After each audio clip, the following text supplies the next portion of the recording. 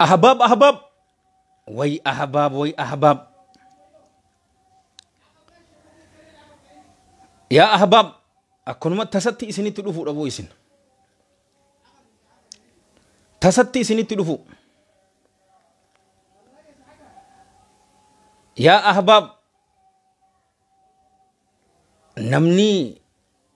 أبو في أيوك أبدن ملكي كيسا جرتنيتي غمدا الدنيا في آخرة ربي إسن هاغم مجيسو أبوك أبانان أيوك أبانان غمدين سنجا أجالكو لا تأسفن على الدنيا وما فيها فالموت لا شك يفنينا ويفنيها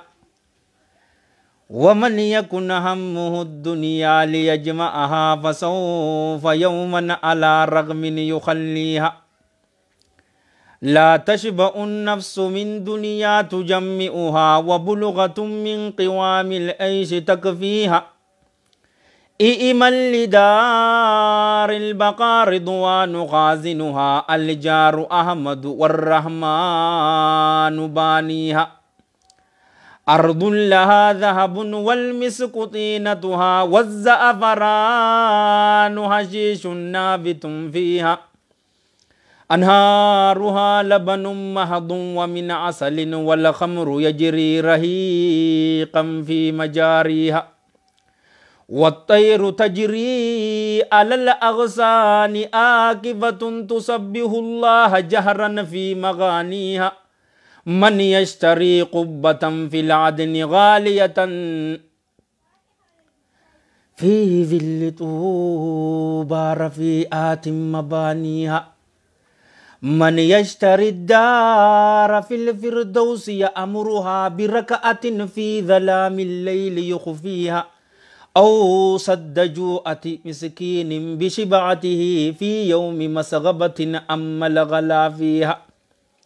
النفس تطمع في الدنيا وقد علمت أن السلامة منها ترك ما فيها والله لو قنئت نفسي من المعيشة إلا كان يكفيها والله والله أيمان مكررة ثلاثة عن يمين بعد ثانيها أحبابي في الله أبو فوتون غروبا سني نموتو ميرا كيسا نيتي نموتو ميرا كيسا نيتي كأيو في أبو أبو أكدرن أيو في أبو إسا جالتو warri ayyoo fi abboo yookaanuu takka namni hin qabaanne ammoo du'aa itti akka jabaatu isa goote. Yaa jammaata keenya namni ayyoo fi abboo qabdan wallaahi alladhii laa ilaaha ghayruhu qananii keessa jirtaniin isiniin ja'a bar. Yeroon ustaada keenya jaalatamaa kabajamaa ustaada Naasir Hamzaa matta'ahu Allahu bisiyaati wal aafiya akkasitti jidduu dhaabbatee yeroo footoo ko wallaahi gaabbiin an gaabbu hawwiin an hawwu wallaahi imimmaan hin gadhiisa jaalowwan kiyya ka islaamaa nama fi ammas ustaada keenya jaalatamaa kabajamaa ustaad Anas hafidhahu Allahu wara'aa gaafa tokkos ustaadun alfaadil Abu Hafsa Safiir ibn Idris matta'ahu Allahu bisihati wal aafiya wafarraja Allahu karbahu wa hammahu ورفع قدره في الدارين أيون تيجي تجزي والله أكنان سنجي يا أبو ملكي كيس جيرانجي جركون ميك أغا كانس جالوان كي يورا والبين أنفتي ورا سوشال ميديا رتي جالن لي تاني بار أبليان كي يغراتو كو كيسا ورا بانير ورا ناج علي تو جيران سنجا بار جالو يو سر دوان أمو دعائي قد إفين سنجا جالكو ورين الرسلام متنشوفاتو وعليكم السلام ورحمة الله وبركاته كان جالته والله الذي لا إله غيره عن اللين رب ما جتك كان جالة أنيس إني إسا جتك نجالة سن إسن هاجالته يا الله أبو قربان قرآن بادته سني ولين لي غلطة أمة إسا ديبسو هندن دوني بيتني أنا متكا كان جيبو رسول ربي تجي صلى الله عليه وآله وسلم أكتو قفتي غلطة أيو تيتي فيتي أبو تيتي ديبسو دندس أكتك قفتي الحمد لله والصلاة والسلام على رسول الله وعلى آله وأصحابه أجمعين أما بعد أعوذ بالله من الشيطان الرجيم بسم الله الرحمن الرحيم رب اشرح لي صدري ويسر لي أمري واحلل عقدة من لساني يفقهوا قولي أحييكم بتحية الإسلام الخالدة رمزاء آمان وعنوان السلام السلام عليكم ورحمة الله وبركاته جالوان كي كإسلاما سغلنتي يغا إن شاء الله تعالى ندقى فهمتو منسا أكسيمتي ربي يا دا مرادك إسان إسنفا قوت حاجات إسان تفجأت ربي ولت إسنفا قبو الدنيا في آخرت ربي سن عمل كيسو أمري إرتو بركا قبدو دلقا غاري ولي ربي إسنفا كن آيو في أبون تيسا يوجرود أنجرات ربين آيو في أبو تيسان أمري إرتو بركا قبدو دلقا غاري ولي ربي إسنفا كن tokkoon isaanii yookaanuu lamaan isaanii yoo sirraa du'an ammoo rabbiin rahmata haa godhuuf qabri isaanii caffee jannata haa godhuuf galmee isaanii illiyyiinitti haa galmeessuuf kitaaba isaanii warra mirgaan fudhatu rabbi isaan haa godhu ma'an nabiyyiin wasiddiiqiin washuhadaa wasaalihiin waasuna ulaa'ika rafiiqa jara gaggaarii kana waliin rabbi isaan haa godhu siraata gubbaa akka mandiisutti rabbi isaan haa dabarsu kitaaba isaanii warra mirgaan fudhatu rabbi isaan haa godhu qabrii isaanii hamma argaa isaanitti rabbi isaanitti haa bal'isu obboleeyyan keenya ka muslimaa ka darramu jiru walloodhaan wallaggaan hanga fiiti cufa isaaniitu rabbiin isaaniif haa dirmatu ka isaanirraa du'e rabbiin shahiideedha je'ee haa qeebalu ka isaanirraa dhukkubsatu madaa heenaa rabbii haa godhuuf dhiiga isaanii irra caalaa dhiigatti rabbii haa jijjiiruuf gogaa isaanii rabbiin irra caaltuu gogotti haa jijjiiru nama dhukkubsatu cufaatu rabbiin nuuf haa fayyisu warra jiruun jiru rabbiin umrii dheeresee fayyaami oytuu rabbii isinirratti haa dhangalaasu rizqii isaa halaal balloo rabbii isinitti haa kennu akkas jechaati jaalowwan kiyya ka islaamaa warra haadhaa fi abbaa qabdan rabbiin addunyaa fi akhirattu isin haa gammachiisu warra isinirraa du'an tokkoon isaanii yookaanuu lamaan isaanii yoo ta'e ammoo rabbiin jalla jalaalu rabbi isin haadhaa fi abbaa keessaniif gaariidhaa je'ee warra mirgaatirraa rabbi isin haa godhu aboo footoon san miira keessa nama nayxebo allahan jalla jalaalu وقضى ربك ألا تعبدوا إلا إياه وبالوالدين إحسانا جئبر رب جل جلال ربي الله سبحانه وتعالى مرتزي جرا إسا قبر ملئ أنيو قبرت إسو مقف جل جلاله أنيو توتو صلاتك حقا قرأت إس دعائي أنيو تو حقا قرأت إس أنيو صدات إس أنيو كجلت إسو ما كجلت يرو نانويتو qabrii sheekootiitii fi jinni jaankaa dheetee hin naannoytu mana isaa bareedaa san ka'abaa san rabbiin amata dhufu ziyaaraa nu haa katabuuti achi dheetee san hin naannoytu isuma jaalatta isumarraa salfatta jalla jalaalu wabil waalidayni ihsaana ammas tana rabbiin murtii godhee dabarse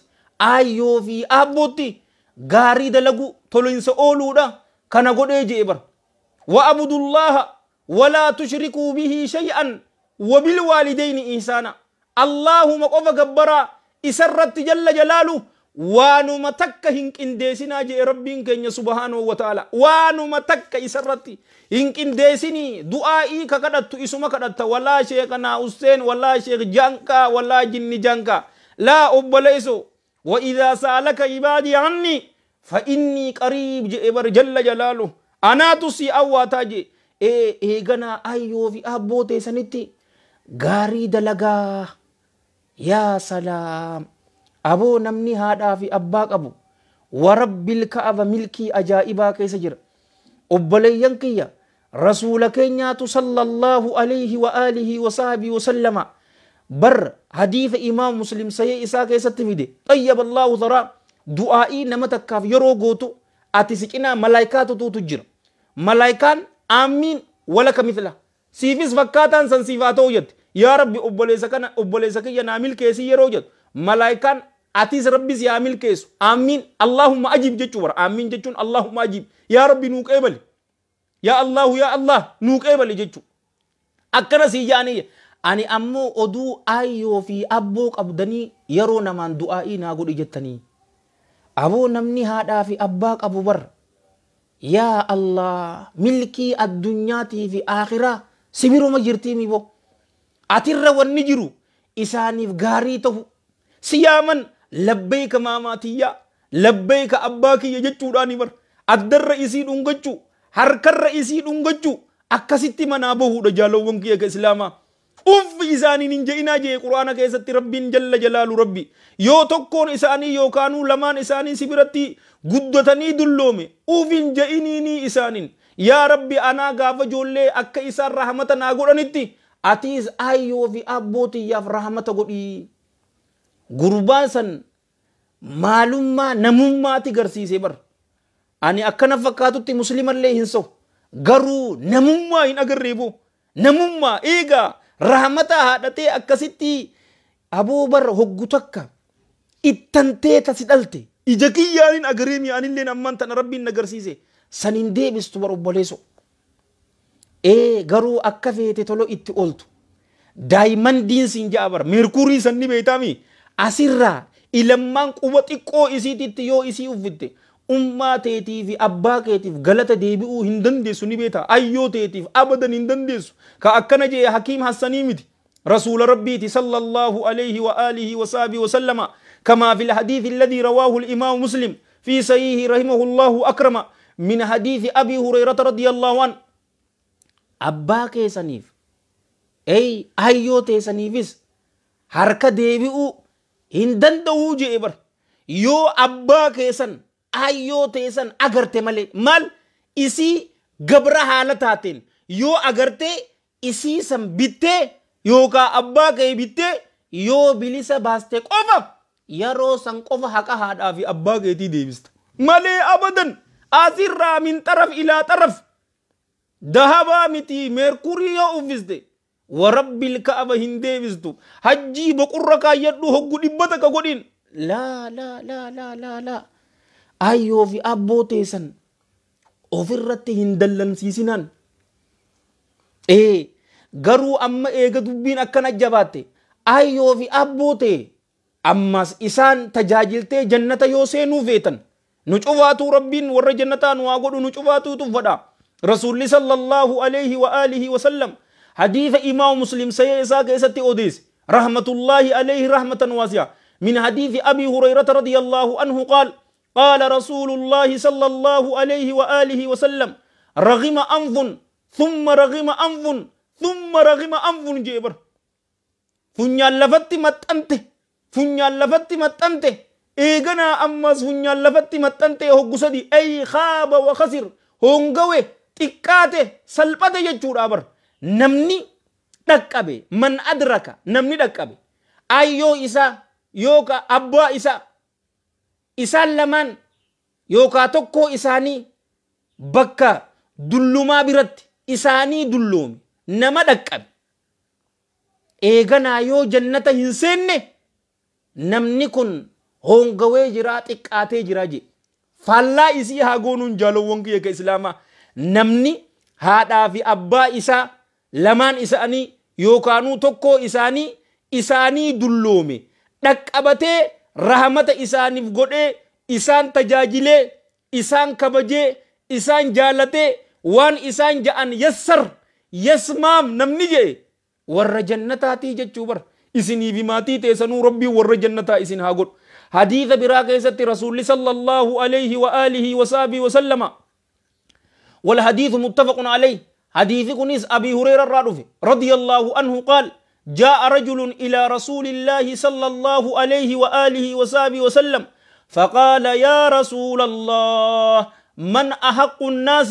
بحسن صحابتي جئبر eenyu irra caalaan nama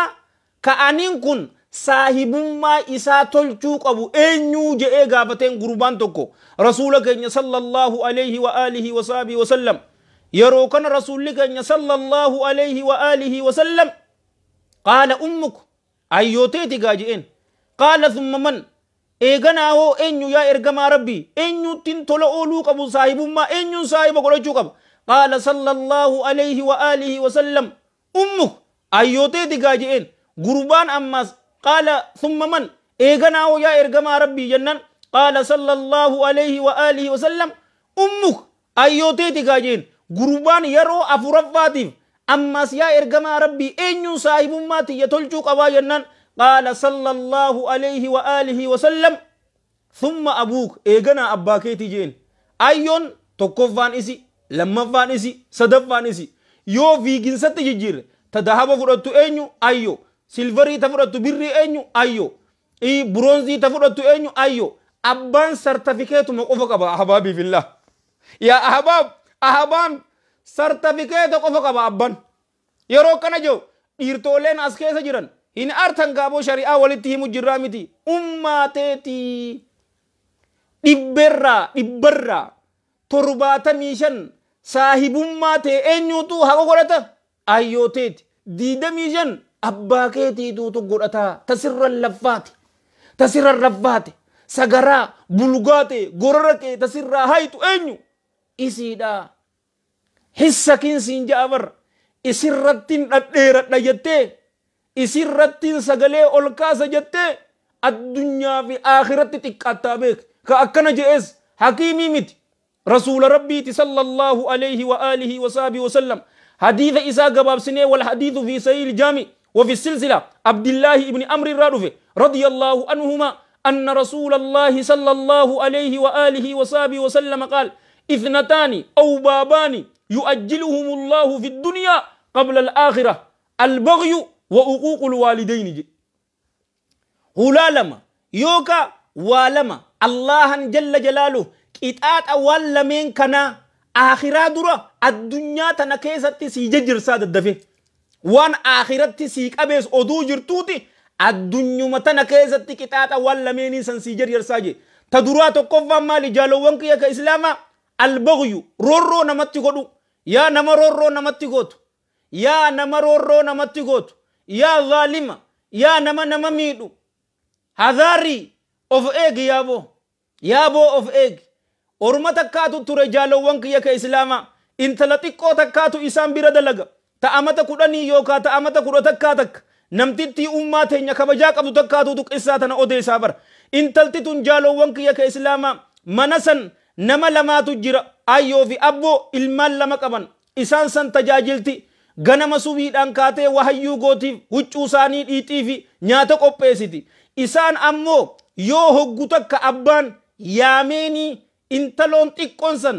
daddaftee hin dhufneen tuminsa ajaa'ibaatuutu isi eega ulee qabaatu uleen dhawa innaawaa jaalowwan kiyya ka islaamaa korreentii jiraa miti ammaan tana ummatis yaa'ee fi effi baa'een muslima miskiinoota ka itti miidhan korreentii san itti qaban jaalowwan kiyya intala xiqqoo amata 10 takkaatiin sin jaabar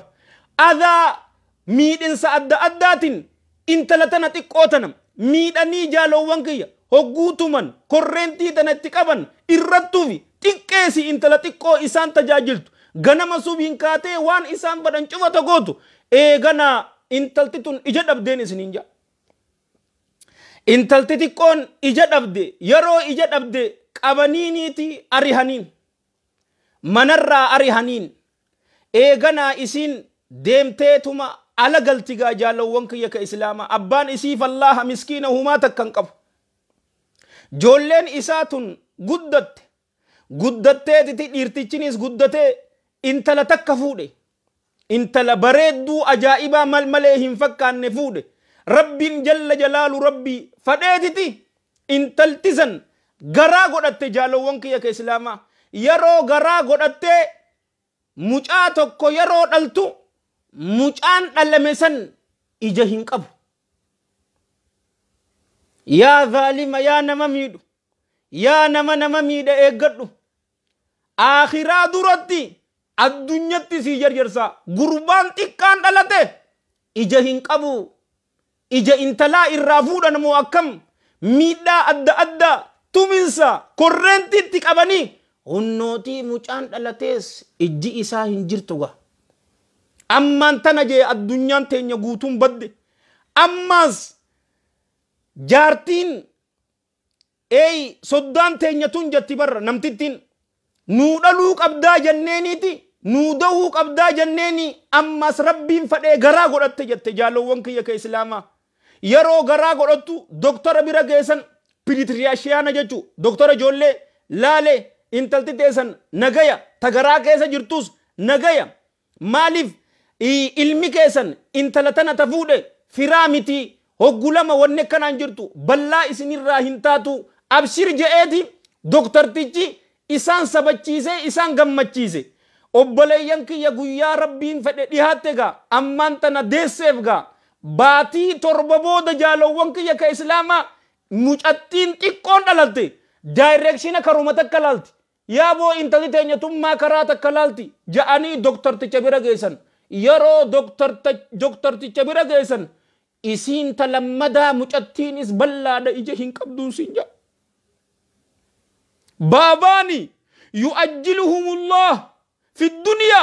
qabla al-aakhirah al-baghyu wa uquuqul waalidayn. Waa lama Allahan jalla jalaalu aakhiraa keessatti qixaaxa isaa akka qabetti odoo jiru addunyaa tana keessatti sii jarjarsaa. Ta duraa tokkoffaan maali? Roorroo namatti godhu. Eenyu ati ka roorroo namatti godhu? Ani eenyu kanii roorroo namatti godhu? Intala san miidhan mokkam Allahan jalla jalaalu irraa kafalee miti irraa kafalee ga. Eeganaa gabbaanee barbaannee intala san hunnoo ballaata taate agarreen intaltii hishmaa isiitirraa nama safuu beeku, nama jaalala beeku, nama sadarkaa namaa beeku. Manni kun namiidhee jettee hin dinneen isinin ja'a. Ammallee akkasit deebitee hunnooti ammaan tana intala san tajaajilu jirraa ja'an jaalawwan kiyya ka islaamaa. Talammadaa wa uquuqul waalidayn. Aayyoo fi abboo harkaa fi fuulaan itti jallachuu. Yoo aayyoo fi abboo ta'e harkaa fi fuulaan itti jallatte wallaahi alladhii laa ilaaha ghayru aakhiraa dura addunyatti sirraa kafala. Qissaa takka isinii haafidu ammas ofii naa godhaa sagalee isinitti kaase. Wanni tun miira keessa nanayte waan aayyoo fi abboon ta'an sadarkaa isaanii nagaafadhaa an isaan lamaanuu hin jiran. Rahmatullahi alayhima rahmatan wasi'a. Warri akka kiyyatti aayyoo fi abboo hin qaban rabbiin haadhaa fi abbaa keessaniif rahmata haa godhu. Qabrii isaanii caffee jannata haa godhuuf. Galmee isaanii illiyyiinitti haa galmeessuuf. Warra qabdan ammoo rabbiin umrii dheertuu barakaa qabdu rabbi isaaniif haa kennu. Warra keessaa'uu biyya alaa jirtan rabbiin isinii mijjeesee rizqii halaal balloo isinitti cabsee aayyoo fi abboo teessaniin nagayaa wal isin haa agarsiisu. Yoo haadhaa fi abbaa keenyatti hammaanne wal iyaadu billaa aakhiraa dura addunyaa keessatti rabbiin qixaaxa nuu kafalaa. Gurbaa tokko abbaa isaa dulloomee tajaajileetitti gaa hifate. Samaa dullachi qorooroon kun maanurraa hin duune ja. Maallaqa isaattis haadhaan luuti. Gaafa kaan hifate gaa obboleeyyan kiyya ka islaamaa. Rarraaseenii bakka namni takka isan agarre gaara gubbaa caakkaa geesse. Yeroo caakkaa geessu abbaa maaniin si fideef ni beeytaa je'en. Hin beeku yaa ilma kiyya maali jennaan si ajjeesuufin si fidee je'en. Haatiyaan nu gootee jirtaati. Maa hin duune je'en. Nun deemi jee abbaasaa ammas yeroo rarraasee deemu yaa ilma kiyya abbaa kiyya an arra dura asittiin ajjeese. Asbira nan dabarsinee je'en abbaa isaa achi biratti ajjeesee. Laa ilaaha illallah wa innaa lillaahi wa innaa ilayhi raaji'uun. Aljazaa'u min jinsil amal. Galatni waan ati hojjette siifi kafalamaa. Keessaawuu roorroo fi aayyoo fi abboo nama zallamu aakhiraa dura asumatti. Tokkos abbaa isaa gaafa tokko jaalawwan kiyya kaatiyaan samaali